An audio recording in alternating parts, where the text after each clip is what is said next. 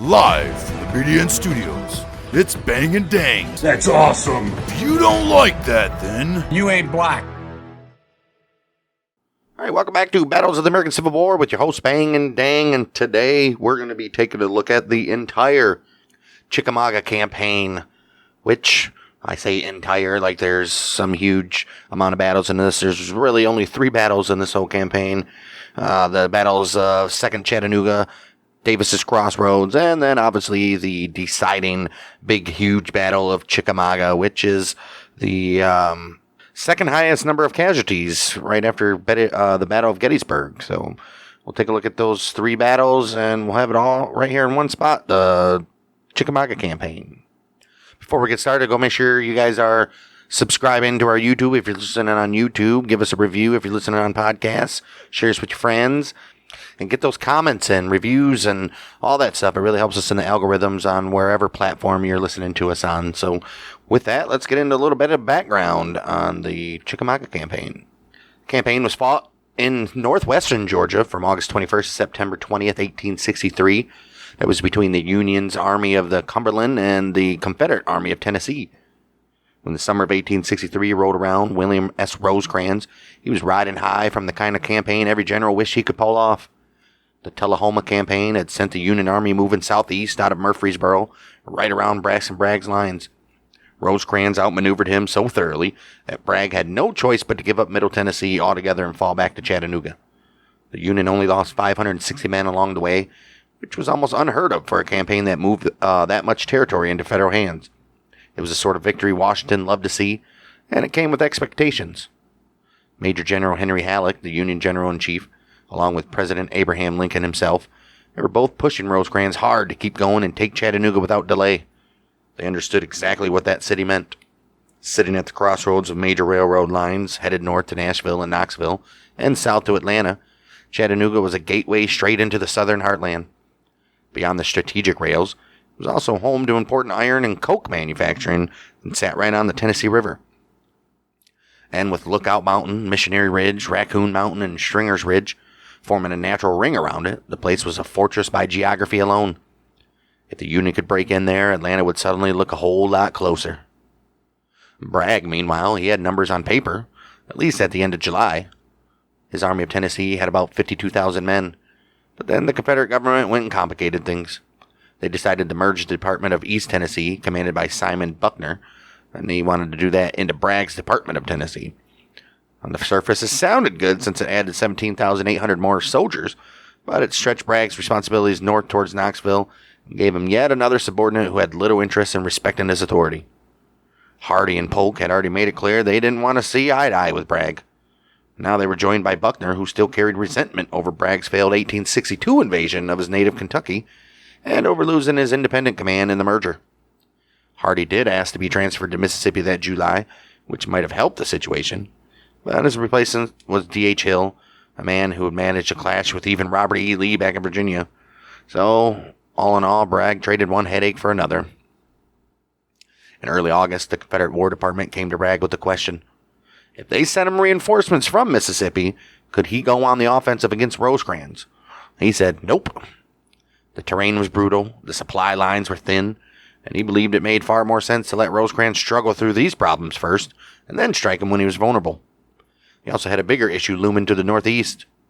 Ambrose Burnside, he had a sizable force threatening Knoxville, and Bragg could not risk getting stretched too thin. So he pulled his army back from the advanced positions around Bridgeport.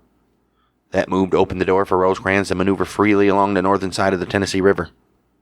Bragg then gathered his 2 infantry corps close around Chattanooga, and relied heavily on his cavalry to guard the long flank stretching from northern Alabama all the way towards Knoxville. That was the stage being set in the late summer of 1863. 2 armies circling each other, Washington pushing hard, Confederate leadership fracturing under its own weight, and Chattanooga sitting right there in the middle, daring someone to make the next move. But one thing that often gets overlooked in the story of this campaign is just how much both commanders actually knew about each other. William Rosecrans had an intelligence journal that was kept by Captain David Swaim.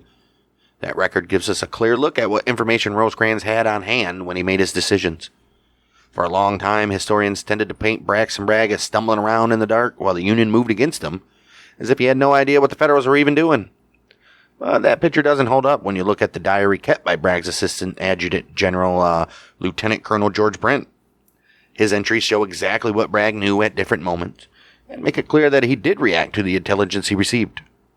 Both armies were running espionage operations throughout this period, and both commanders were making decisions with far more information than the old stories usually give them credit for. And another layer to all this was the technology both armies were relying on, much of it still considered new to the world at the time. Railroads had only been operating in North America for not even 30 years, yet here they are carrying the weight of entire armies. Both the Union and the Confederacy depended on single-track rail lines to keep themselves supplied in terrain that otherwise would have made large-scale movement nearly impossible. The telegraph was also a recent invention, but the Army of Cumberland was already putting it to work on the battlefield, stringing what soldiers called the singing wire to keep communications flowing in real time. And on top of that, the engineers serving under William Rosecrans, they were building their own solutions to the countryside. They threw pontoon bridges and trestle bridges across the Tennessee River again and again, creating the path the Army needed to keep pushing forward. And this is where we get into the opening battle of the Chickamauga Campaign, which is the Second Battle of Chattanooga, which took place August 21st, 1863. These are not to be confused with the larger and more famous battles that were the battles of Chattanooga in November of 1863, which is sometimes referred to as the Battle of Chattanooga. So with that, here we go. August 16th, 1863, William Rosecrans, he finally sets his plan in motion. And right from the start, he leaned into deception. He sent John T. Wilder and his brigade from the Union 4th Division of the 14th Army Corps marching to a point northeast of the city. It's a place where Confederate observers couldn't miss him. It was exactly the sort of movement Braxton Bragg expected from the Federals, and it helped reinforce his belief that the main Union blow was coming from that direction. While Wilder made the show, Rosecrans, he was already setting up a real play elsewhere. By August 21st, Wilder pushed his movement all the way to the Tennessee River directly across from Chattanooga. Once he reached the opposite bank, he put Eli Lilly's 18th Indiana Light Artillery to work and ordered them to start shelling the city. The timing couldn't have been worse for the people inside. Many of the soldiers and civilians in Chattanooga, they were gathered in church for a day of prayer and fasting when the shells began dropping. Oh no. The bombardment sank 2 steamers tied up at the river landing and sent a wave of panic through the Confederate ranks. Wilder had done exactly what Rosecrans intended. Chattanooga was rattled, and Bragg was feeling the pressure from the wrong direction. And there goes Chattanooga. The American Battlefield Trust and its partners have acquired and preserved more than 405 acres of the battlefield of Chattanooga as of mid-2023. That was a little nothing burger, as is the next one going to be until we get to the big old Battle of Chickamauga.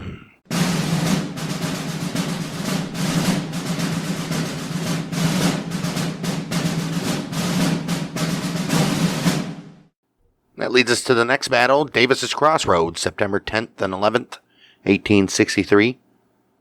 They call it the Battle of Davis's Crossroads, but in truth it was less a full-scale battle and more of a chain of tense maneuvers and scattered skirmishes tucked into the northwest Georgia countryside. Obviously it played out as part of the Chickamauga Campaign, and while the movements there influenced what came next, the fight in itself produced only negligible casualties on both sides. Well, like we just said, old Rosecrans managed to push Braxton Bragg right out of Chattanooga into Georgia, and that's exactly what Rosecrans had hoped. With Chattanooga in Union hands, he began spreading his own army across the countryside. He sent 3 corps down 3 different roads towards the northwest corner of Georgia. Right in the middle was George H. Thomas and the 14th Corps. Thomas crossed the state line and settled in around Trenton, Georgia, getting ready to move deeper toward the town of Lafayette. That happened to be where Bragg's army was gathering, though Rosecrans, he didn't realize it at the time. Faulty intelligence led him to believe that Bragg was broken, demoralized, and he was on the run towards Dalton, farther to the southeast. It was a dangerous assumption in ground like this, where ridges, gaps, and twists and valleys could hide an entire army. Bragg saw the situation far more clearly. Thanks to reports coming in through his intelligence network, he realized Rosecrans had stretched his own forces across a wide front and left them exposed in isolated columns. Thomas, he was out there ahead of the others, moving into Georgia almost on his own. Bragg didn't intend to waste that opportunity. He planned to strike Thomas before the rest of the Union Army could close up, stop his advance cold, and destroy him while he still stood alone. Once George H. Thomas saw the opportunity in front of him, his corps surged forward and grabbed the key gaps in Missionary Ridge and Pigeon Mountain before the Confederates could even react. From there, they pushed out into Macklemore Cove. James Negley's division, with Absalom Baird's division close behind, they moved up the mouth of the cove on the Dug Gap Road. That was when Negley learned the Confederate forces were gathering around Dug Gap itself. He pressed on anyway, fighting through heavy resistance until he had closed in on the position. By the evening of September 10th, he decided it was safer to fall back and wait for Baird, so he withdrew to Davis's Crossroads to make a stand with the supporting division. Bragg, he had his own plans forming at the same time, though. He ordered Thomas Hinman to move his division against Negley's flank at Davis's Crossroads, while Patrick Cleburne forced his way through Dug Gap to hit Negley head-on. Hinman, he was supposed to receive reinforcements to make the attack possible, but most of them never even arrived. The Confederate officers gathered, looked at the situation, and they agreed that with the force they had on hand, they simply could not launch the assault that night. The next morning, it changed everything. Fresh Confederate troops finally reached the field, and the Confederates started moving toward the Union line. By then, the 2nd Union Division had fully joined Negley, and once word spread that an attack was coming, the Union commanders decided that trying to hold the cove would get them trapped. They chose a strategic withdrawal to Stevens Gap instead. Negley's men pulled back first and took up a defensive line on the ridge east of West Chickamauga Creek. The other Union Division then marched through their position and moved on to Stevens Gap, where it formed another defensive line and waited for the rest of Thomas's corps to arrive. All of this unfolded under steady pursuit and constant fire from the Confederates. It was one of those tense moments where every mile mattered and every delay could have turned the movement into disaster. But Thomas's men managed to slip out of Macklemore Cove before Bragg could close the trap. After the failed attempt to crush Thomas's isolated corps in Macklemore Cove, Bragg, he didn't give up on the larger opportunity in front of him. He simply shifted his focus. Once he realized he had lost the chance to strike George Thomas, he turned his attention north towards the 21st Corps under Thomas Crittenden. That move, it set everything in motion for what was coming next. As both armies maneuvered through the thick woods and tangled creek beds of northern Georgia, Bragg began positioning his forces for a major blow. And by September 19th, those movements collided in full force, and the campaign erupted into the bloody, bloody Battle of Chickamauga, which is one of the fiercest fights of the whole war.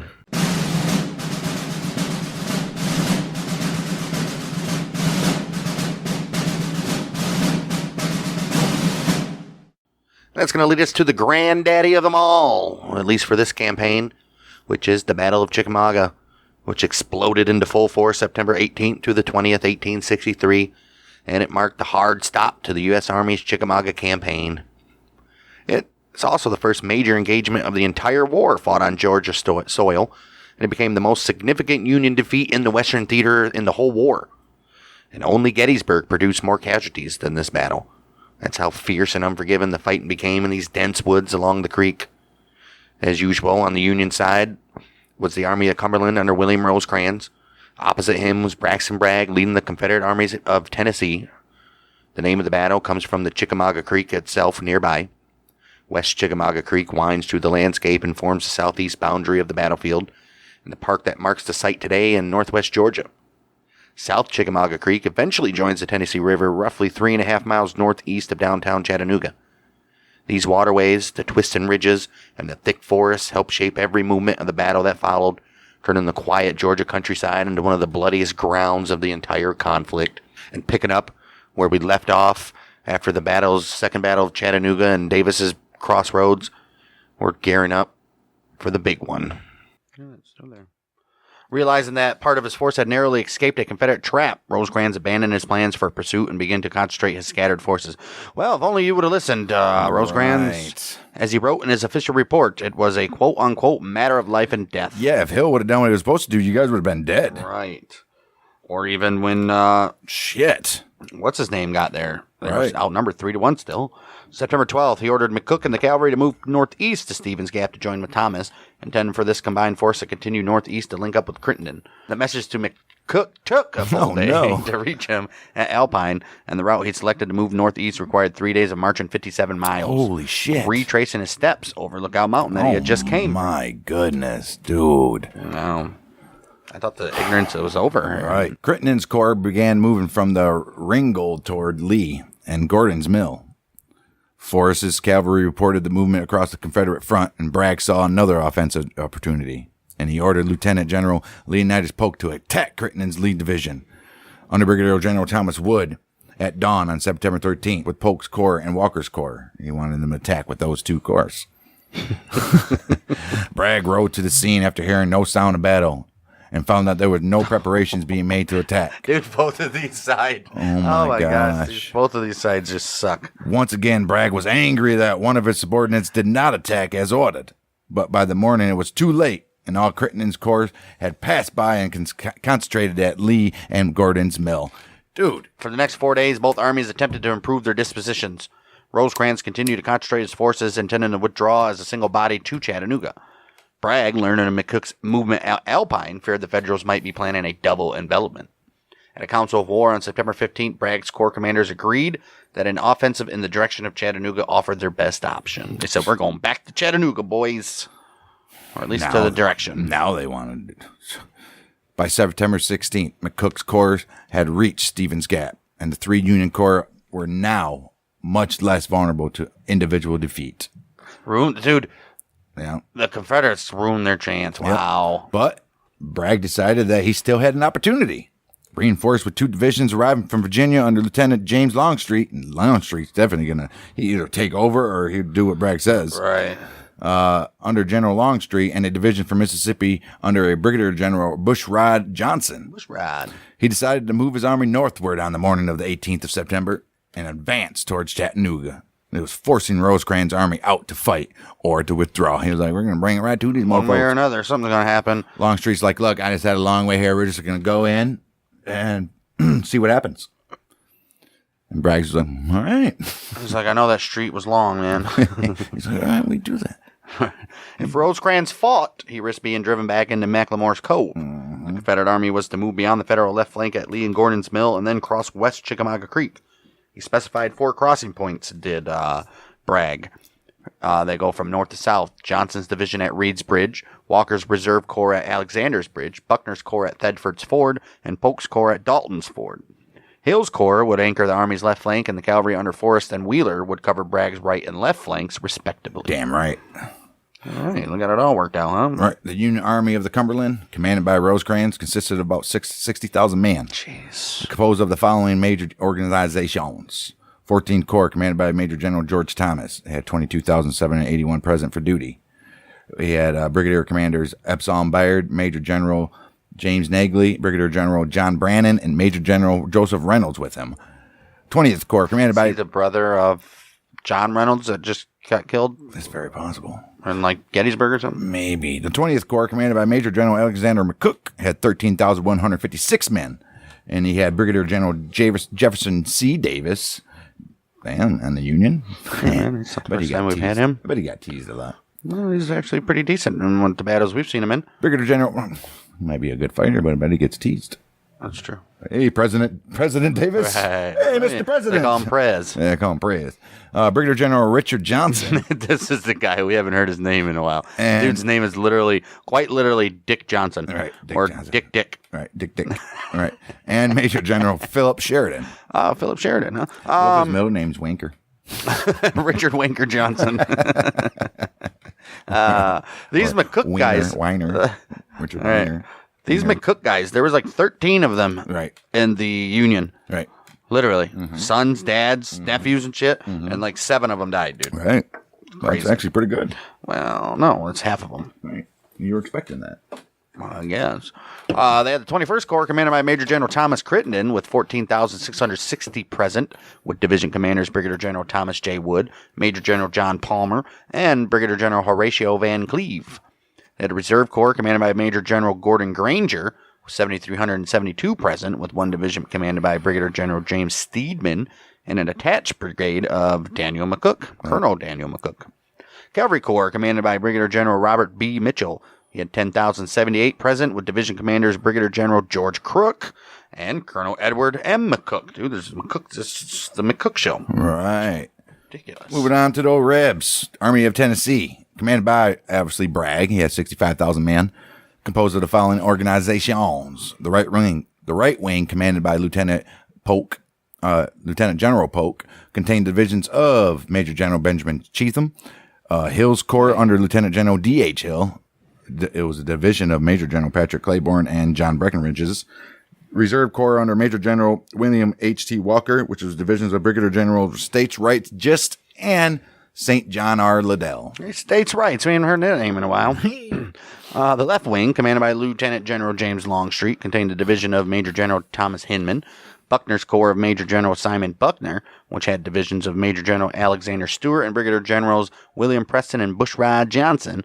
Plus, you had Longstreet's Corps, commanded by Major General John Bell Hood. Haven't heard him in a while. Nope, and with divisions of Major Generals Lafayette, McLaws, and Hood. Yeah. That's not the same Hood from the north, guys. There's a Hood in the north. Yeah, obviously, but John Bell Hood is the only one that you really hear of. Right. And McLaws, we haven't seen this guy in a while either. No. A cavalry corps commanded by Major General Joseph Wheeler contained the divisions of Brigadier Generals John Wharton and William Martin.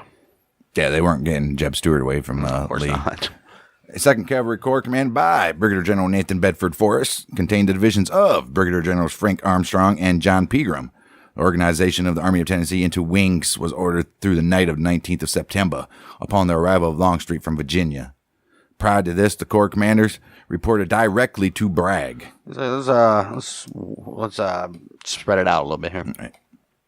Bushrod Johnson's division took the wrong road from Ringgold, Yeah, but eventually headed west on the Reed's Bridge Road. You got it right. At 7 a.m., his men encountered cavalry pickets from Colonel Robert Minty's brigade. He was not mentioned in anything we read. He just Right, if he would have took the right road, he would never even ran into him. I'm talking about Minty. Right. He wasn't even in Right. none of these. Right. So why wasn't he? Maybe because he took the wrong road. He wasn't supposed to be in the battle. Maybe. Minty's brigade was guarding the approach to Reed's Bridge. Being outnumbered 5-1, Minty's men eventually withdrew across the bridge after being pressured by elements of Forrest's cavalry. Okay. But could not destroy the bridge and prevent Johnson's men from crossing. Nope. 4:30 p.m., when Johnson had reached Jay's Mill, Major General John Bell Hood of Longstreet's Corps arrived from the railroad station at Catoosa and took command of the column. Damn right they did. I mean, this is us now, guys. Come on. He's like, FBI's here. This is the army, right? This is the Army of Northern Virginia, baby. This is our jurisdiction. This bullshit, Hood. We've been working this case for... Suck it. We've been working this territory for 2 years. Not anymore. Not anymore. You take that up with the big man. He had then ordered Johnson to use the Jays Mill Road instead of the Brotherton Road, as Johnson had planned. At Alexander's Bridge to the south, Colonel John T. Wilders of the North Mounted Infantry Brigade defended the crossing against the approach of Walker's Corps from the Rebs. Armed with Spencer repeating rifles and Captain Lilly's 4 guns of the 18th Indiana Battery, Wilder was able to hold off a brigade of the Brigadier General St. John Liddell's, which suffered 105 casualties against Wilder's superior firepower. Yeah, you don't mess with the guns, man. Right. Walker moved his men downstream a mile to Lambert's Ford, and it was an unguarded crossing, and it was able to cross around 4:30 p.m., considerably behind schedule, obviously. Behind schedule, but crossed nonetheless. Wilder, concerned about his left flank after Minty's loss of Reed's Bridge, withdrew and established a new blocking position east of the Lafayette Road near the Vineyard Farm. By dark, Johnson's division had halted in front of Wilder's position. Walker had crossed the creek, but his troops were well scattered along the road behind Johnson. Buckner had been able to push only one brigade across the creek at Thedford's Ford, and Polk's troops were facing Crittenden's at Lee and Gordon's Mill, and D.H. Hill Corps guarded the crossing sites to the south. We got action everywhere, dude. This battle site's got to be huge. Although Bragg had achieved some degree of surprise, he failed to exploit it strongly. Rosecrans, observing the dust raised by the marching Confederates in the morning, anticipated Bragg's plan. He ordered Thomas and McCook to Crittenden's support. And while Confederates were crossing the creek, Thomas began to arrive in Crittenden's rear area. The land between Chickamauga Creek and the Lafayette Road was gently rolling, but almost completely wooded. In the woods, no officer above brigadier could see all his command at once. And even the brigadiers often could see nobody's troops but their own and perhaps the enemy's. Chickamauga would be a classic soldier's battle. You ain't kidding. But it would test officers at every level of command in ways they had not been previously tested. Yeah. An additional complication was that each army would be attempting to fight a shifting battle while shifting its own position. You ain't kidding. Each general would have to conduct a battle while shuffling his own units northward toward an enemy of whose position he could get only the vaguest idea. Exactly, until you ran into him. Right. Strange and wonderful opportunities would loom out of the leaves, vines, and gunsmoke. Right. To be touched and vaguely sensed and then fade away again into the figurative fog of confusion that bedeviled men on both sides. In retrospect, victory for either side would look simple when unit positions were reviewed on a neat map. Right. But in Chickamauga's torn and smoky woodlands, nothing was simple. Dude. This comes from the book Six Armies in Tennessee, written by Stephen E. Woodworth. They don't call them Smoky Mountains for nothing. Rosecrans' movement from Major General George Thomas's 14th Corps that previous day put the left flank of the Army of the Cumberland farther north than Bragg expected when he formulated his plans for an attack on the 20th of September. Major General Thomas Crittenden's 21st Corps was concentrated around Lee and Gordon's Mill, which Bragg assumed was the left flank, but Thomas was arrayed behind him, covering a wide front from the Crawford Springs, which was the division of Major General James Negley. Also at the Widow Glenn's house was Major General Joseph Reynolds was there. Then you had him at the Kelly Field, which was Brigadier General Absalom Baird, and around the McDonald farm, which is by Old McDonald had a farm. Right, and Brigadier General John Brandon was there. Major General Gordon Granger's Reserve Corps was spread along the northern end of the battlefield from Rossville to McAfee's Church. All right, Bragg's plan called for an attack on the supposed Union left flank by the Corps of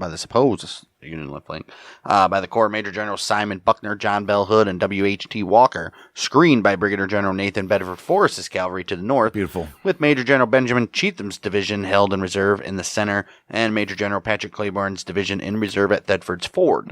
Major General Thomas Hinman's division faced Crittenden at Lee and Gordon's Mill, and Breckinridge's faced Negley. Damn right. The Battle of Chickamauga opened almost by accident when pickets from Colonel Daniel McCook's brigade of Granger's Reserve Corps moved toward Jay's Mill in search of water. Ooh. McCook had moved from Rossville on 18th September to aid Colonel Robert Minty's brigade. His men established a defensive position several hundred yards northwest of Jay's Mill, but was equally distanced from where the 1st Georgia Cavalry waded through the night south of the mill. Oh, shit. Didn't even know it. At about that time, McCook sent a regiment to destroy Reed's Bridge, which would survive the second attempt in 2 days to destroy it. Jeez. Brigadier General Henry Davidson of Fort Forrest's cavalry corps sent the 1st Georgia forward, and they encountered some of McCook's men near the mill. Well, McCook was ordered by Granger to withdraw back to Rossville, and his men were pursued by Davidson's troopers. Damn right they were. McCook encountered Thomas at the Lafayette Road, having finished an all-night march from Crawfish Springs. This dude's like, dude, really? What? McCook reported to Thomas that a single Confederate infantry brigade was trapped on the west side of Chickamauga Creek.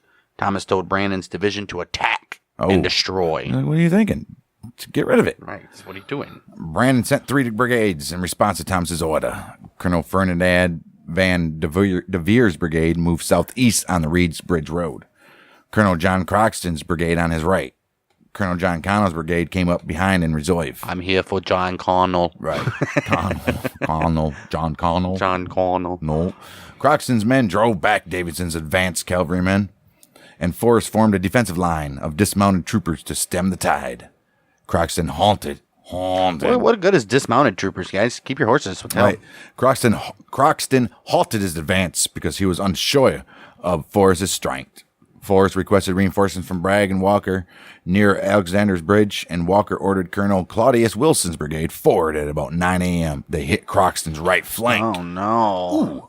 Forrest protected his own flank by deploying the brigade of Colonel George Dibrell, which ran into Vanderveer's brigade and then came to a halt under fire. Forrest sent in Brigadier General Matthew Ector's brigade, part of Walker's Reserve Corps, but without Walker's knowledge. Oh, man, you can't do that. Ector's men replaced Jabel's in line, but they were also unable to drive Vanderveer from his position. Brandon's division was holding its ground against Forrest and his infantry reinforcements, but as is the case a lot of times, ammo's getting low. So Thomas sent Bayard's division to assist, which advanced with 2 brigades forward and 1 in reserve. Brigadier General John King's brigade of the United States Army Regulars, they relieved Croxton. The brigade of Colonel Benjamin Scribner took up a position on King's right, and then Colonel John Starkweather's brigade remained in reserve. With superior numbers and firepower, Scribner and King were able to start pushing back Wilson and Ector. The Rebs were running. Well, Bragg committed the division of Brigadier General St. John R. Liddell to fight, and then he countered Thomas's reinforcements. The brigades of the brigades of Colonel Daniel Gubbin and Brigadier General Edward Walthall advanced along the Alexander's Bridge Road, smashing Baird's right flank. Both Scribner's and Starkweather's brigades retreated in panic, followed by King's regulars, who dashed for the rear through Vanderveer's brigade. Vanderveer's men halted the Confederate advance with a concentrated volley at close range. Liddell's exhausted men began to withdraw, and Coxton's brigade, returning to the action, pushed them back beyond the Winfrey Field. Oh, Oprah's shit. like, you get a field and you get a field. Right. Believing that Rosecrans was attempting to move to the center of the battle farther north than Bragg planned, Bragg began rushing heavy reinforcements from all parts of his line to his right, starting with Chetham's division of Polk's Corps, the largest in the Army of Tennessee with 5 brigades. About 11 a.m., Chetham's men approached Liddell's halted division and formed it on its left. 3 brigades under Brigadier Generals Marcus Wright, Preston Smith, and John Jackson formed the front line, and Brigadier Generals Otho Strahl and George Maney commanded the brigades in the second line. Their advance greatly overlapped Croxton's brigade and had no difficulty pushing it back. Right. As Croxton withdrew, his brigade was replaced by Brigadier General Richard Johnson's division of McCook's 20th Corps near the Lafayette Road. Johnson's lead brigades under Colonel Philemon Baldwin and Brigadier General August Willich engaged Jackson's brigade, protecting Croxton's withdrawal. Trying. Although outnumbered, Jackson held under the pressure until his ammunition ran low and he called for reinforcements. Cheatham sent in Maney's small brigade to replace Jackson, but they were no match for the 2 larger Federal brigades, and Maney was forced to withdraw as both of his flanks were crushed. How the hell does the Confederates win this? All right. Additional Union reinforcements arrived shortly after Johnson. Major General John Palmer's division of Crittenden's Corps, they marched from Lee and Gordon's Mill and advanced into the fight with 3 brigades in line, which were the brigades of Brigadier General William Hazen, Brigadier General Charles Cruft, and Colonel William Gross. And they were against the Confederate brigades of Wright and Smith. Smith's brigade bore the brunt of the attack in the Brock Field and was replaced by Straw's brigade, which also had to withdraw under the pressure. Jeez. 2 more Union brigades followed Palmer's division, Brigadier General Horatio Van Cleve's division of the 21st Corps, who formed on the left flank of Wright's brigade. The attack of Brigadier General Samuel Beatty's brigade was a tipping point that caused Wright's brigade to join the retreat with Chetham's other units. Like, we gotta go. Well, for a third time, Bragg ordered a fresh division to move in. This time, Major General Alexander Stewart's, which was part of Buckner's Corps, from his position at Thetford Ford, came in around noon. Stewart encountered Wright's retreating brigade at the Brock Farm and decided to attack Van Cleve's position on his left, a decision he made under his own authority. With his brigades deployed, you think you got to kind of do that when you're out on the field anyway. I would say so. With his brigades deployed in column, Brigadier General Henry Clayton's was the first to hit 3 Federal brigades around the Brotherton Farm. Fire until their ammunition was gone. Clayton's men were replaced with Brigadier General John Brown's brigade. It's like, right. They're like revolving, dude. Wow. Brown drove Beatty and Dick's men from the woods east of Lafayette Road. Old Beatty Dick. And they paused to regroup. Stewart committed his last brigade under Brigadier General William Bate around 3:30 p.m. and routed Van Cleve's division. Wow. Hazen's brigade was caught up in the retreat as they were replenishing their ammo. Colonel James Sheffield's brigade from Hood's division drove back Gross's and Cruft's brigades. Brigadier General John Turchin's brigade, which was Reynolds' division, counterattacked and briefly held off Sheffield, but the Confederates had caused a major penetration in the Federal line in the area of the Brotherton and Dyer fields. Stewart did not have sufficient forces to maintain that position, though, and he was then forced to order Bate to withdraw east of the Lafayette Road. All right, around 2 p.m., the division Brigadier General Bushrod Johnson of Hood's Corps encountered the advance of Union Brigadier General Jefferson C. Davis's 2-brigade division of the 20th Corps, marching north from Crawfish Springs.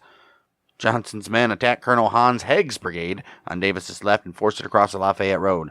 Hood ordered Johnson to continue the attack by crossing the Lafayette Road with 2 brigades in line and 1 in reserve. He said, go get 'em, baby. Get 'em, boy. 2 brigades drifted apart during the attack. On the right, Colonel John Fulton's brigade routed King's brigade and linked up with Bate at Brotherton Field. On the left, Brigadier General John Gregg's brigade, they attacked Wilder's Union brigade in its reserve position at the Vineyard Farm. Gregg was seriously wounded and his brigade advanced. It halted. Brigadier General Evander McNair's brigade, called up from the rear, also lost their cohesion during the advance. Union Brigadier General Thomas J. Wood's division was ordered to march north from Lee and Gordon's Mill around 3 p.m. His brigade, under Colonel George Buell, he was posted north of the Vineyard House, while Colonel Charles Harker's brigade continued up the Lafayette Road. Harker's brigade arrived in the rear of Fulton's and McNair's Confederate regiments, fired into their backs. Although the Confederates retreated to the woods east of the road, Harker realized he was isolated and quickly withdrew. Oh, man. At the Vineyard House, Buell's men were attacked by part of Brigadier General Evander Law's division of Hood's Corps. Brigades of Brigadier General Jerome B. Robertson and Henry Benning, they pushed southwest toward Vineyard Field, pushing back Brigadier William. I don't even know. Brigadier Johnson. Pushing back Brigadier William Carlin's brigade, which was Davis's division, and fiercely struck Buell's brigade, pushing them back behind Wilder's line. Hood and Johnson's men, pushing strongly forward, approached so close to Rosecrans' new headquarters at the tiny cabin of widow Eliza Glenn that the staffers inside had to shout to make themselves heard over the sounds of battle. Jeez, it's time to get the fuck out of there, I guess, huh? There was a significant risk of a federal rout in that part of the line. Wilder's men eventually held back the Confederate advance, fighting from behind a drainage ditch. That's probably what saved them, too. Man, you ain't kidding. The Federals launched several unsuccessful counterattacks late in the afternoon to regain the ground around the Vineyard House. Colonel Haig was mortally wounded during one of these advances. Late in the day, Rosecrans deployed almost his last reserve, Major General Philip Sheridan. Philip Sheridan's just easy, and he's the guy that's going to march towards the DMC. Right? Maybe. Is that the Sheridan, or is it a different Sheridan? It was a different one. His division of McCook's Corps, that's who Rosecrans deployed. Marching north from Lee and Gordon's Mill, Sheridan took the brigades of Colonels Luther Bradley and Bernard LaBolt. Bradley's brigade was in the lead and was able to push the heavily outnumbered brigades of Robertson and Benning out of Vineyard Field. Bradley was wounded during the attack, though. Oh. By 6 p.m., darkness was falling very fast, but Bragg was like, no, we will push the Federal Army to the south. He ordered Major General Patrick Claiborne's division of Hill's Corps to join Polk on the Army's right. This area of the battlefield had been quiet for several hours as the fighting moved progressively southward. George Thomas from the north had been consolidating his lines. Ooh, that's a good word for me. George Thomas had been consolidating his lines, withdrawing slightly to the west to what he considered a superior defensive position. All right. Well, Dick Johnson's division and Absalom Baird's brigade were in the rear of Thomas's westward migration, covering the withdrawal. Why do these people... I'd like to meet the people that write these. Like, you have to be all tutti-frutti with your words and shit, dude. Dumb all this rigmarole. Right. At sunset, Claiborne launched an attack with 3 brigades in line. From left to right, it was Brigadier Generals James Deschler, Sterling Wood, and then Lucius Polk. Oh, is he akin to Leonidas? Lucius and Leonidas, I would think, right? The attack degenerated into chaos with limited visibility of the twilight and smoke from burning underbrush.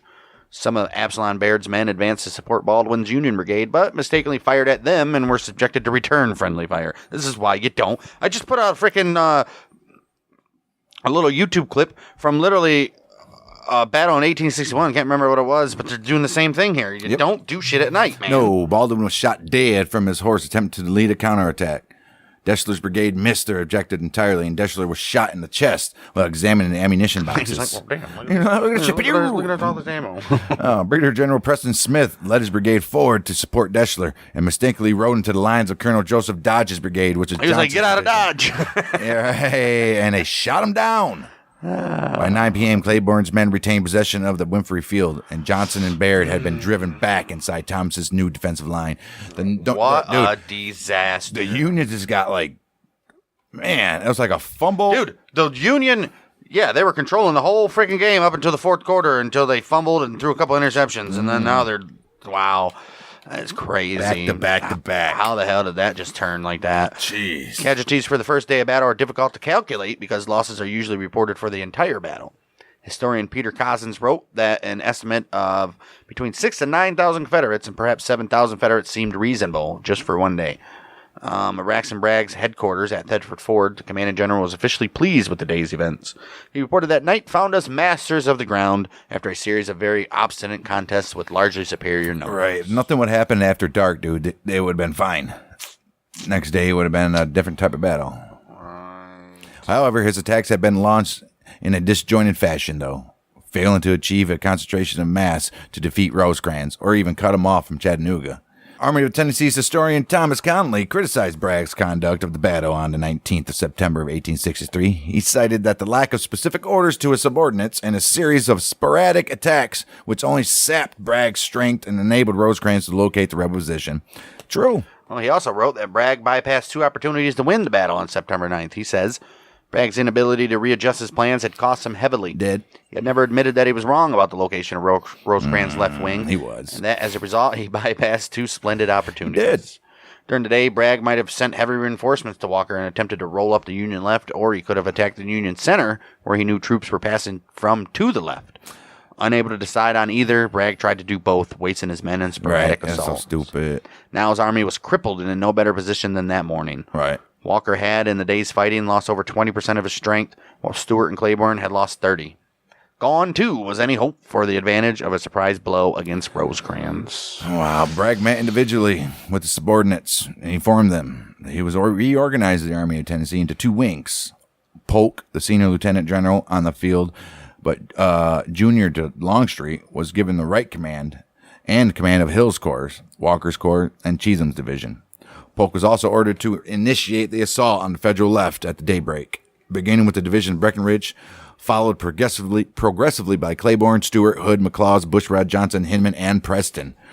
Because Bushrod's last name is Johnson. Shit. And when Bragg was informed that Lieutenant General James Longstreet had just arrived by train from Virginia, Hey, look at that. he designated him as the left wing commander. He's like, guess what, bud? Go command that left wing. He's like, all right. And he was commanding Hood's Corps, Buckner's Corps, and Hinman's division of Polk's Corps. Well, Longstreet arrived late on the night of September 19th and had to find his way into the dark to Bragg's headquarters, since Bragg did not send a guide to meet him. Oh, what Longstreet, piece of shit. right? What a piece of shit. Longstreet, decorated. Oh, come on now, Bragg. Longstreet found Bragg asleep and woke him up at 11:30 p.m. Oh, come on, 11 p.m. Or 11 p.m., okay, Annie. No 30. Where'd you see a 3 and Oh. But still, really? You're Right. sleeping, Bragg, at 11 p.m.? And you know he's I mean, coming. he probably had been up since like 2 in the Right. morning, but Right. still. Bragg told Longstreet he would take charge of the left wing, explaining his battle plan for September 20th, and provided Longstreet a map of the area. The 3rd Lieutenant General of the Army, D.H. Hill, was not informed directly by Bragg of his effective demotion to Polk's subordinate. I mean, how would you But not? he learned his status from a staff officer. That's where this guy is. He's getting shafted everywhere. Right. Well, It's like he's not even hey, Hill, don't be a dick. right. He's already done some stupid shit since he's been here. Right. He's like, dude, you don't even get acknowledgement from me. I'm gonna let this guy who shines my shoe. I'm gonna let my homies ride on you, bitch-made ass Right. bad boy bitches. Right. I'm gonna let the fucking the flag bearer be like, man, it's sad what happened. He's like, what are you talking about? Oh, you didn't know?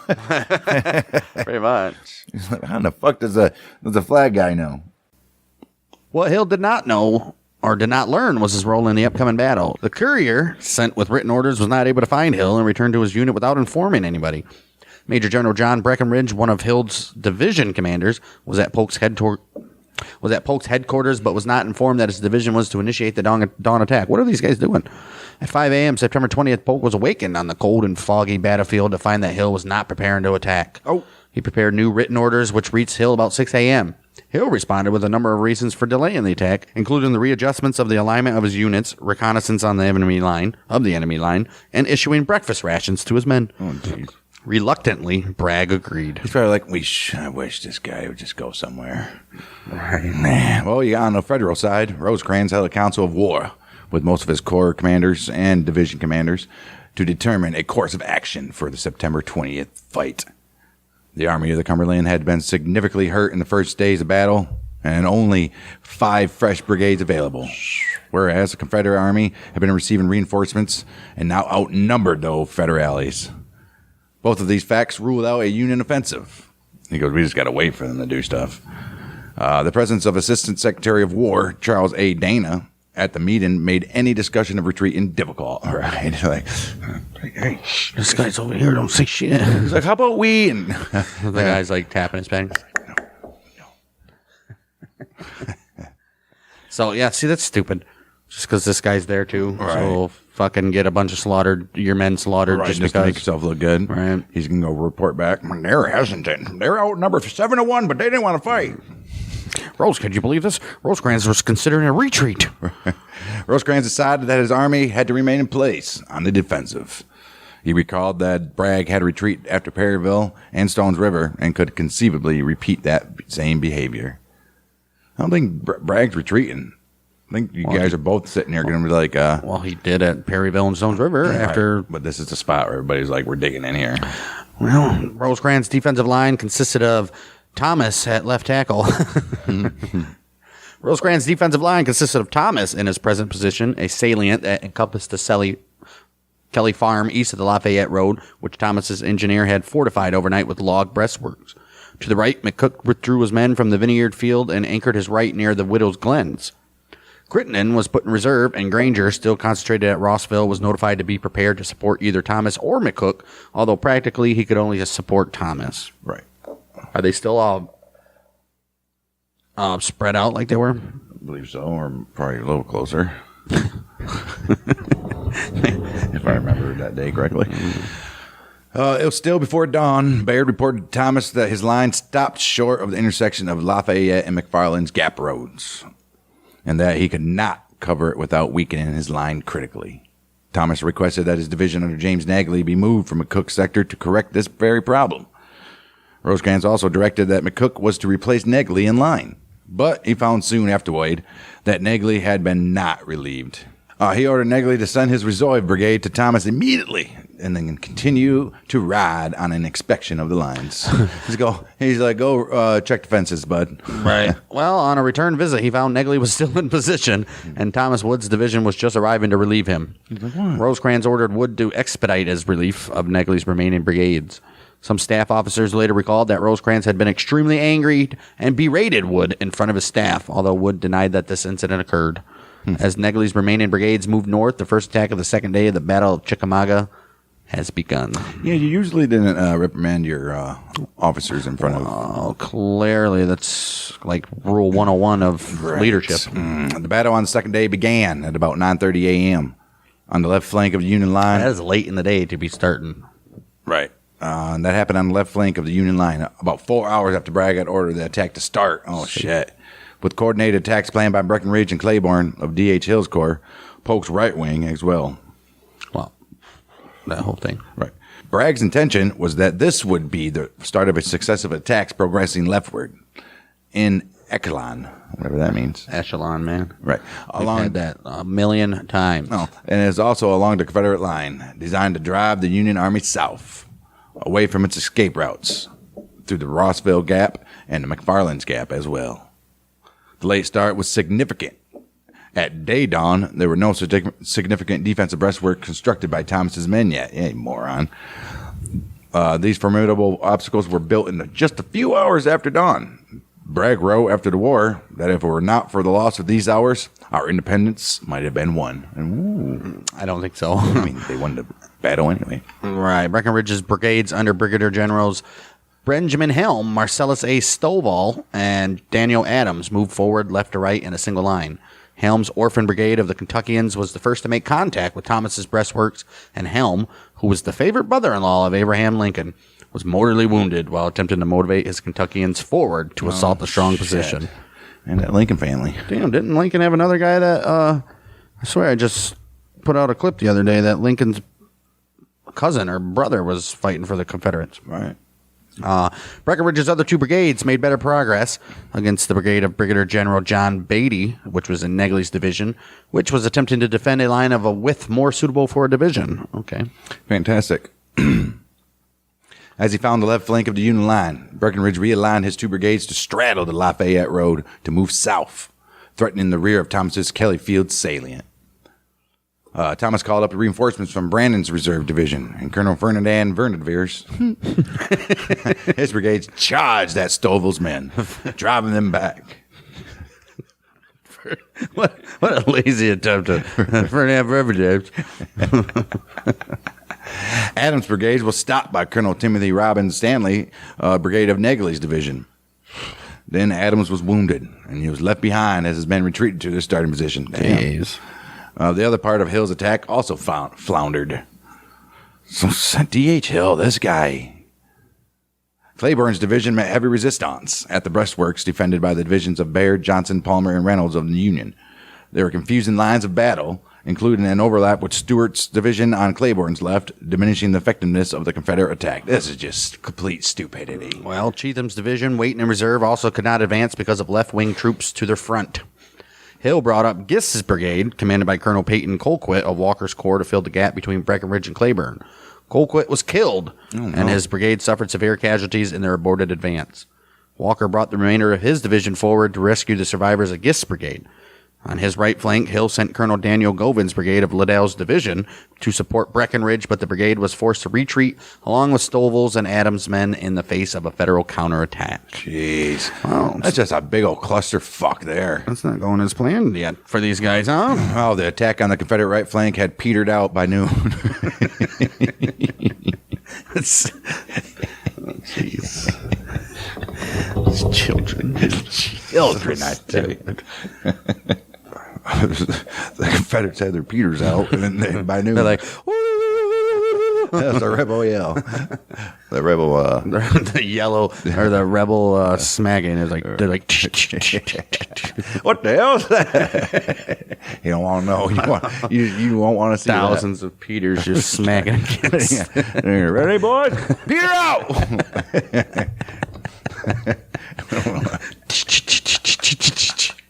The attack on the Confederate right flank had petered out by noon, but it caused great commotion throughout Rosecrans' army as Thomas sent staff officers to seek aid from fellow generals along the line. West of the Pole Field, Brandon's division was manning the line between Reynolds' division on his left and then Wood's on his right. His reserve brigade was marching north to aid Thomas, but at about 10 a.m., he received one of Thomas's staff officers asking for additional assistance. Jeez. He's like, we ran into some skirmishers back here.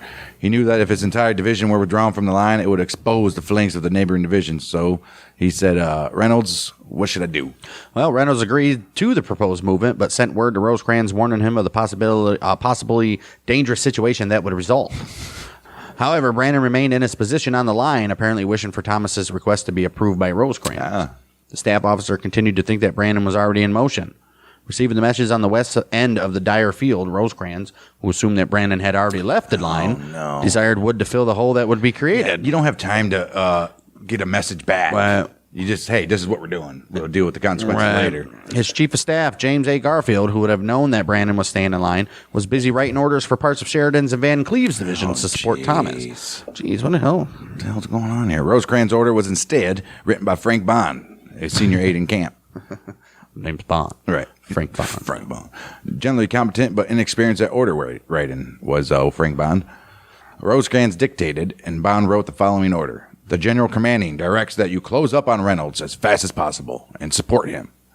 This contradictory order was not reviewed by Rosecrans, who by this point was increasingly worn out, and was sent to Wood directly, bypassing his corps commander, Crittenden. Oh, man. How do you do that? That directs you to close up on Reynolds as fast as possible and support him. Right. How's this contradictory? It literally says to go to him. And he's still there. Okay, right. Wood was perplexed by Rosecrans' order, which he received around 10:50 a.m. Since Brandon was still on his left flank. He's like, what are you talking about? Since Brandon was still on his left flank, Wood would not be able to close up on, a military term that meant to move adjacent to, Reynolds with Brandon's division in the way. Exactly. Okay. Therefore, the only possibility was withdraw from the line, march around behind Brandon, and form up behind Reynolds, the military meaning of the word support. Oh. I'm getting it. I get it. This was obviously a risky move, leaving an opening in the line. Wood spoke with Corps Commander McCook and claimed later, along with members of both his and McCook's staff, that McCook agreed to fill the resulting gap with the 20th Corps units. So a bunch of freaking, who knows what's going on here? Wow. McCook maintained that he had not enough units to spare to cover a division-wide hole, although he did send Haig's brigade to partially fill the gap. About this time, Bragg also made a preemptory order based on incomplete information. Oh, jeez. Impatient that his attack was not progressing to the left, he sent orders for all of his commands to advance at once. He said, screw it. Geez. Everybody All just you go, sons of man. bitches. Fuck it. Major General Alexander P. Stewart of Longstreet's wing received the command and immediately ordered his division forward without even consulting Longstreet. Doesn't matter now. Gotta go. His brigades under Longstreet Brigadier... would figure it out. Right. He's like, well, these guys are moving. Go. His brigades under Brigadier Generals Henry Clayton, John Brown, and William Bate attacked across the Po Field in the direction of the Union divisions of Brandon and Reynolds. Along with Brigadier General Sam Woods, S.A.M. Woods, brigade of Claiborne's division, Stewart's men disabled Brandon's right flank and pushed back Van Cleve's division in Brandon's rear. Shit, these guys don't know what's going on. Momentarily crossing the Lafayette Road. Ooh. A federal counterattack drove Stewart's division back to its starting point, though. Dude, look at how many people the Confederates had. That's just ridiculous. Longstreet also received Bragg's order, but did not act immediately. Surprised by Stewart's advance, he held up the order for a remainder of his wing. Longstreet had spent the morning attempting to arrange his lines so his divisions from the Army of North Virginia would be in the front. But those movements had resulted in the battle line confusion that had plagued Claiborne earlier. When Longstreet was finally ready, he had amassed a concentrated striking force commanded by Major General John Bell Hood of 3 divisions with 8 brigades arranged in 5 lines. Dude, he was like, we can wait, but when we do go, we're going to be huge. It's going to be like Gettysburg again. Well, almost, right? In the lead, Brigadier General Bushrod Johnson's division straddled the Brotherton Road in 2 echelons.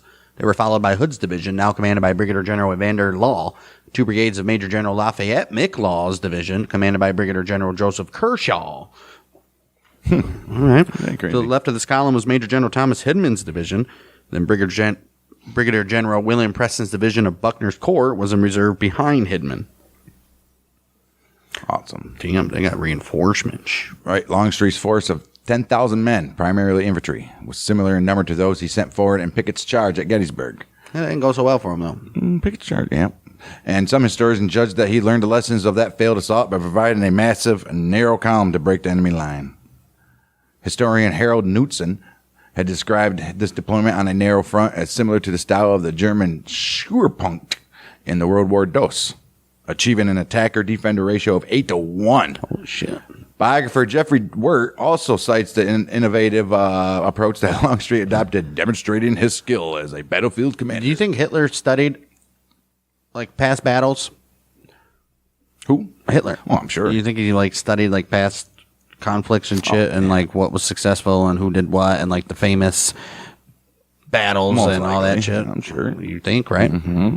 William Glenn Robinson, however, contends that Longstreet's deployment was happenstance and that the general's after-reaction report and memoirs do not demonstrate that he had a grand 3-division column in mind. I think he did. Well, not at first. That came at the end, right? Well, the scene now presented was unspeakably grand. Okay. This is a quote. The scene now presented was unspeakably grand. The resolute and impetuous charge, the rush of our heavy columns sweeping out from the shadow and gloom of the forest into the open fields flooded with sunlight, the glitter of arms, the onward dash of artillery and mounted men, the retreat of the foe, the shouts of the host of our army, the dust, the smoke, the noise of firearms and whistling balls and grape shot and a bursting shell made up a battle scene of unsurpassed grandeur. Confederate Brigadier General Bushrod Johnson. No shit. That sounds pretty actually interesting. All right. I might join the Civil War. Confederates. Yes, we know. Longstreet gave the order to move. Straight right, baby. Straight right. Longstreet gave the order to move at about 11:10 a.m. and Johnson's division proceeded across the Brotherton Field, by coincidence to precisely the same point where Woods' Union division was pulling out of the line. By coincidence, huh? Johnson's brigade on the left, commanded by Colonel John S. Fulton, drove directly through that gap. Wow. The brigade on the right, under Brigadier General Evander McNair, encountered opposition from Brandon's division, which was parts of Colonel John Connell. I'm here for John Connell. John Connell. It was parts of John Connell's brigade, but it was able to push through it. What? Yeah, McNair, he was able to push through Brandon's. The result was that very soon to be a devastating rout of the Union Army. The few Union soldiers in that sector ran in panic from the onslaught. Like, oh yes, they're Petering. They got their cocks out. At the far side of the Dyer Field, several Union batteries of the 21st Corps reserve artillery were set up, but without infantry support. Oh, that sucks. Although the Confederate infantrymen hesitated briefly, Gregg's brigade, commanded by Colonel Cyrus Sugg, which flanked the guns on their right, Sheffield's brigade, commanded by Colonel William Perry, and the brigade of Brigadier General Jerome Robertson, they captured 15 of the 26 cannons on the ridge. All right. As the Union troops were withdrawing, Wood stopped his brigade, commanded by Colonel Charles Harker, and sent it back with orders to counterattack the Confederates. Right. Somebody's got to do something. Harker, you go. And he's like, damn it. Damn. They appeared on the scene at the flank of the Confederates, who had captured the artillery pieces, causing them to retreat. The brigades of McNair, Perry, and Robinson became intermingled as they ran for shelter in the woods east of the field. Hood ordered Kershaw's brigade to attack Harker and then raced toward Robinson's brigade of the Texans, which was Hood's old brigade. As he reached his former unit, a bullet struck him in the right thigh, knocking him from his horse. He was taken to a hospital near Alexander's Bridge, where his leg was amputated a few inches from the hip. Oh, dude, they were cutting through big bone. Yeah. Dude, they were like, wow. We're going to have to amputate it. Shit. Can't take that lead out of there. Harker conducted a fighting withdrawal under pressure from Kershaw, retreating to Horseshoe Ridge near the tiny house of George Washington Snodgrass.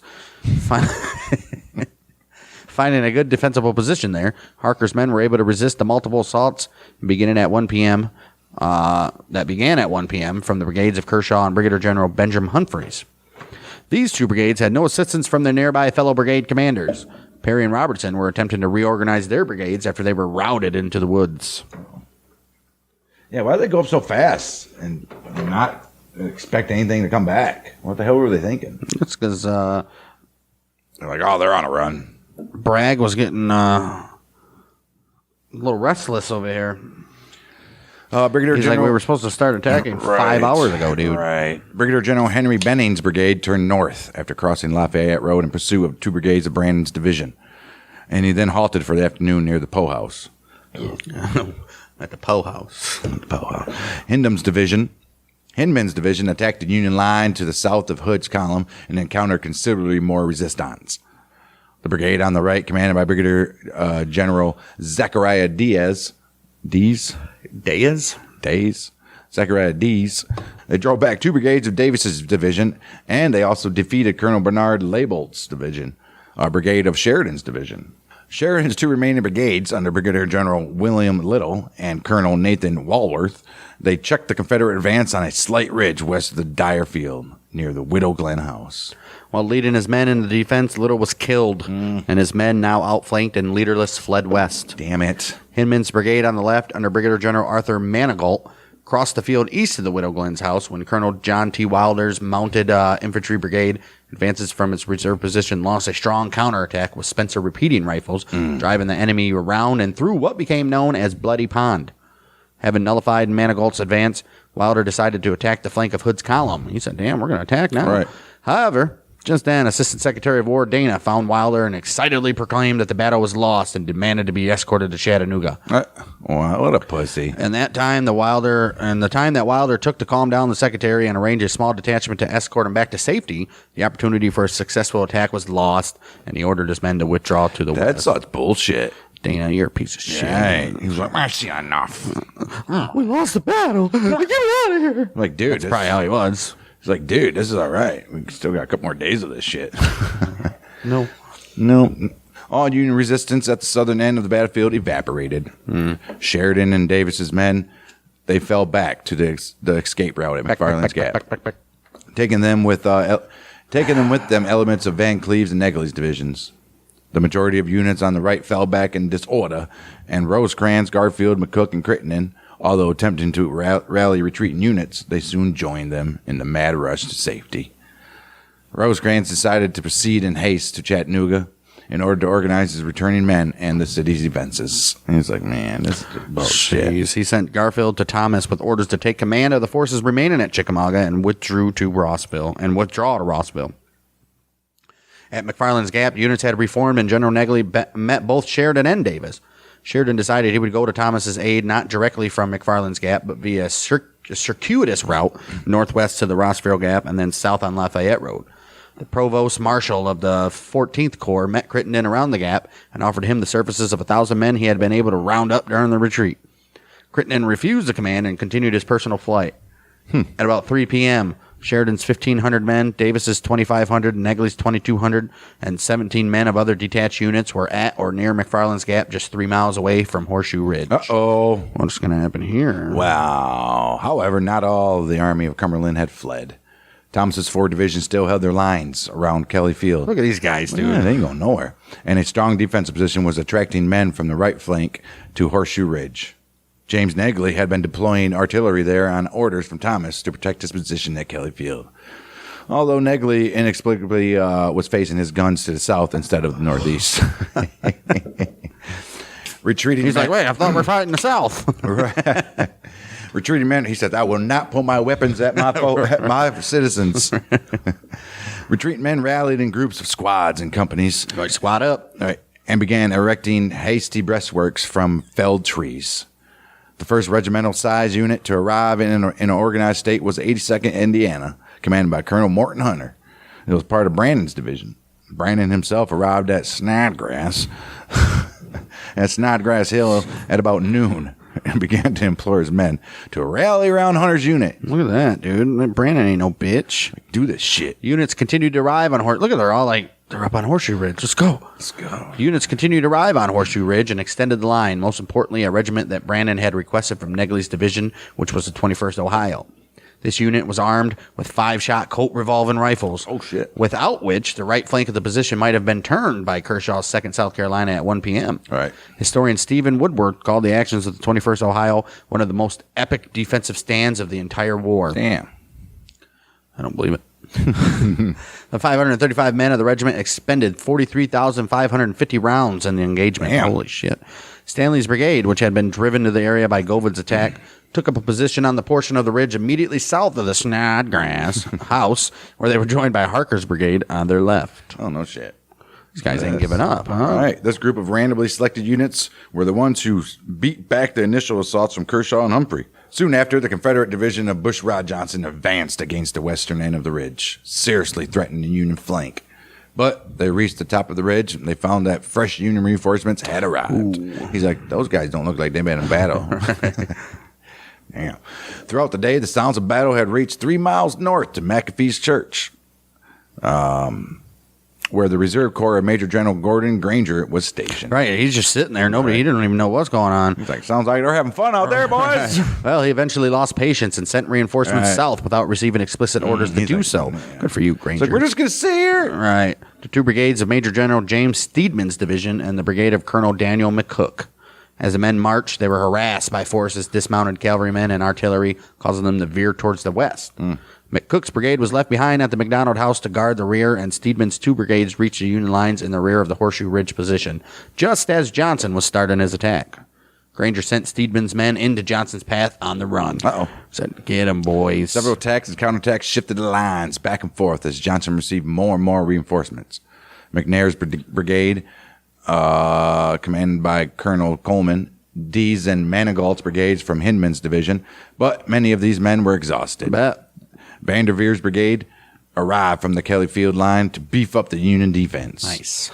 Brigadier General Patton Anderson's brigade of Hindman's division attempted to assault the hill in the gap between Johnson and Kershaw. Despite all the furious activity on Snodgrass Hill, Longstreet was exerted little direction on the battlefield, enjoying a leisurely lunch of bacon and sweet potatoes with the staff in the rear. Oh, jeez, that's fucked.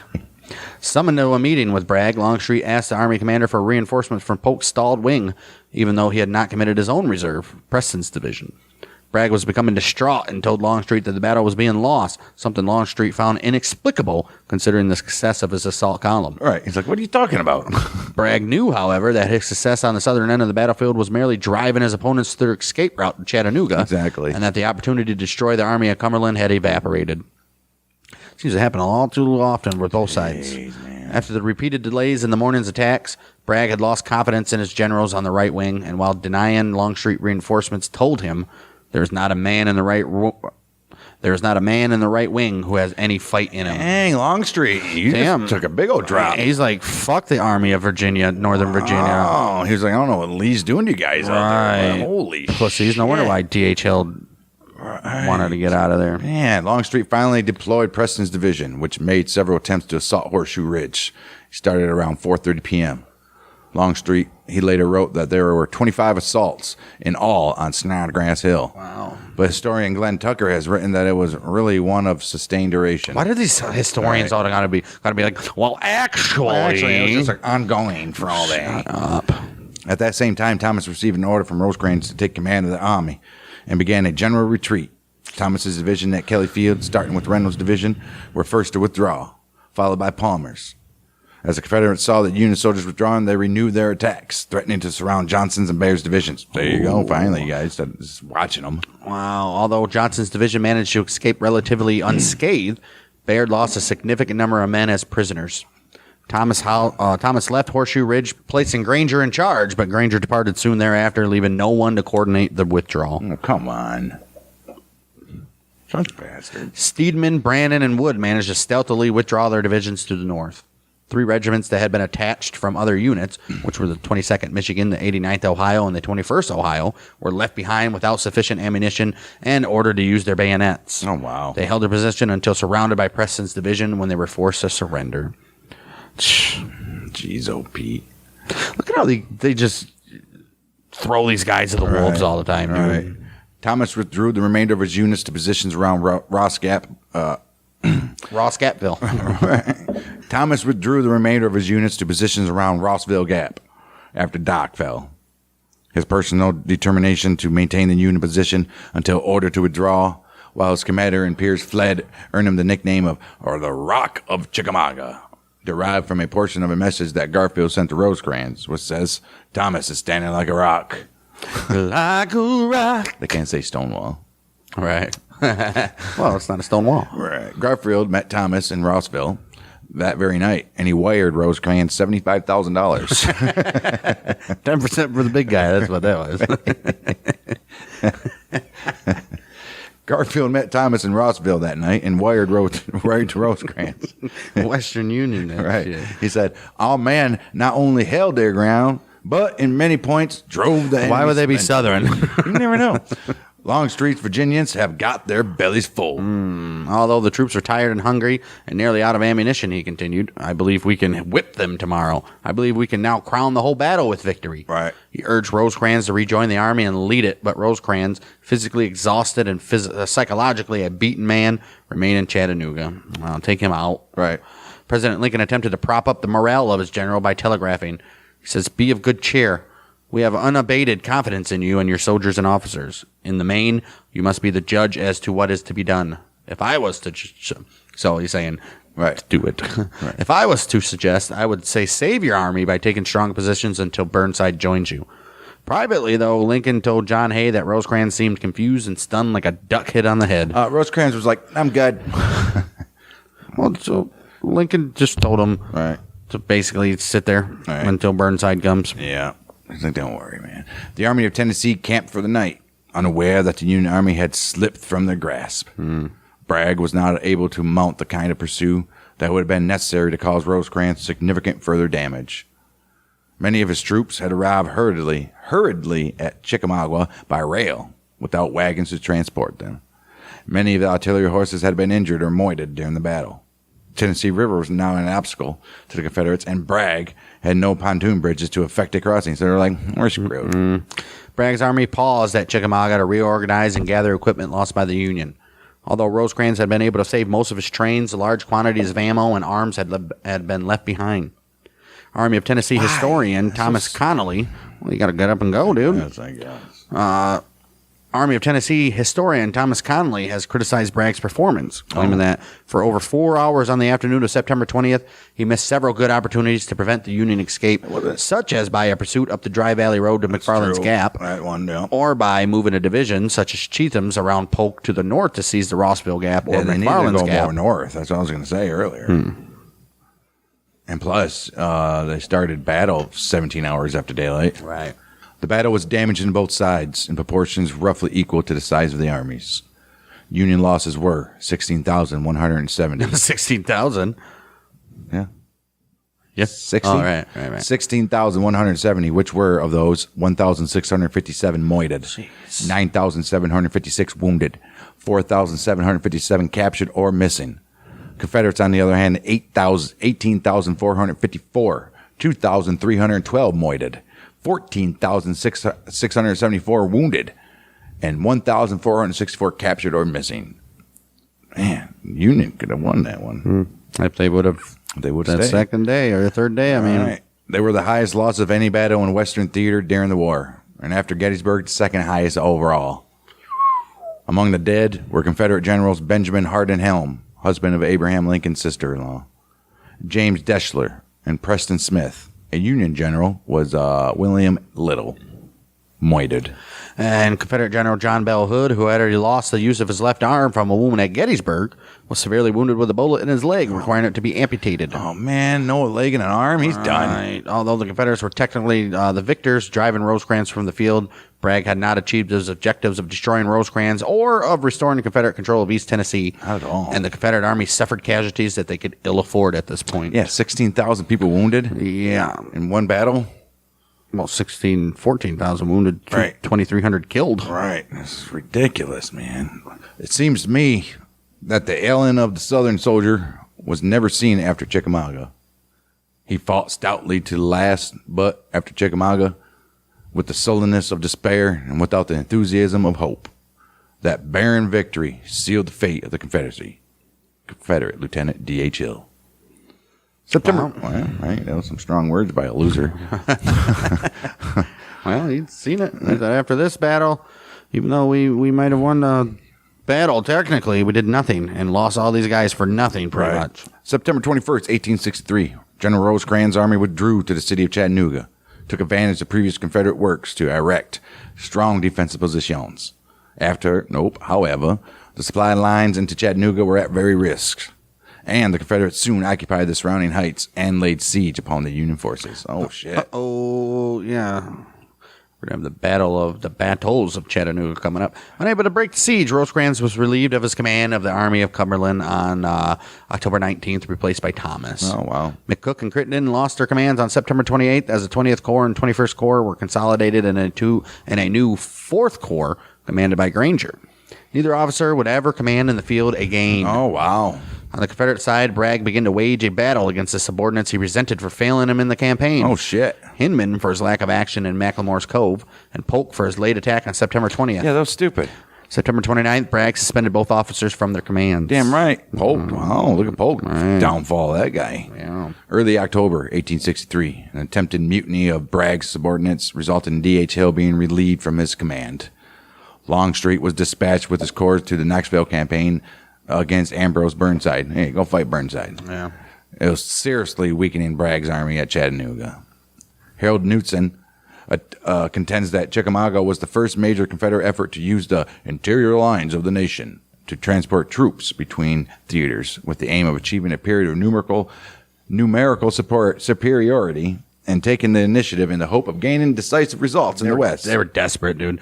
They're like, let's just throw a bunch of, if we outnumber them. Right. Yeah. Harold Knudsen, he states that the concentration the Confederates achieved at Chickamauga was an opportunity to work within the strategic perimeters of Longstreet's defensive-offensive theory. Well, in his estimation, it was the Confederates' last realistic chance to take the tactical offense within the context of a strategic defense and destroy the Union Army of the Cumberland. They I don't know why that's in the red. If a major victory erased in the Union gains of the Tullahoma campaign and a winning of the strategic initiative could be achieved in late 1863, any threat to Atlanta would be eliminated for the near future. Even more significantly, a major military reversal going into the election year of 1864 could have severely harmed President Lincoln's re-election chances, caused the possible election of Democratic nominee George McClellan, and the cessation of the Union War effort to subdue the South. Yeah, because McClellan didn't really even want to. He's like, dude, let's just let him. Well, all the Democrats pretty much were like, we need to end this war now. Right. Much of the central Chickamauga battlefield is preserved by the National Park Service as part of the Chickamauga and Chattanooga National Military Park. American Battlefield Trust and its partners have acquired and preserved 141 acres of the battlefield as of mid-2023. As of mid-2023. All right. Ambrose Bierce's short story, Chickamauga. It was published in 1891. French filmmaker Robert Enrico adapted the story for a short film in 1962 as part of the trilogy of films, all based on Bierce's Civil War fiction. Thomas Wolfe published his story called Chickamauga in 1937. It is included in the 2004 original, right? Right. It is included in the 2004 edition of Thomas Wolfe's Civil War, edited by David Madden. All right, David Madden. Right. You're getting some shout out.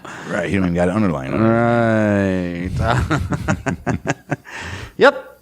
That was Chickamauga, the last big, huge, devastating war of the whole war. Of course, we're going to have more. Both sides had a chance to destroy each other and didn't do it.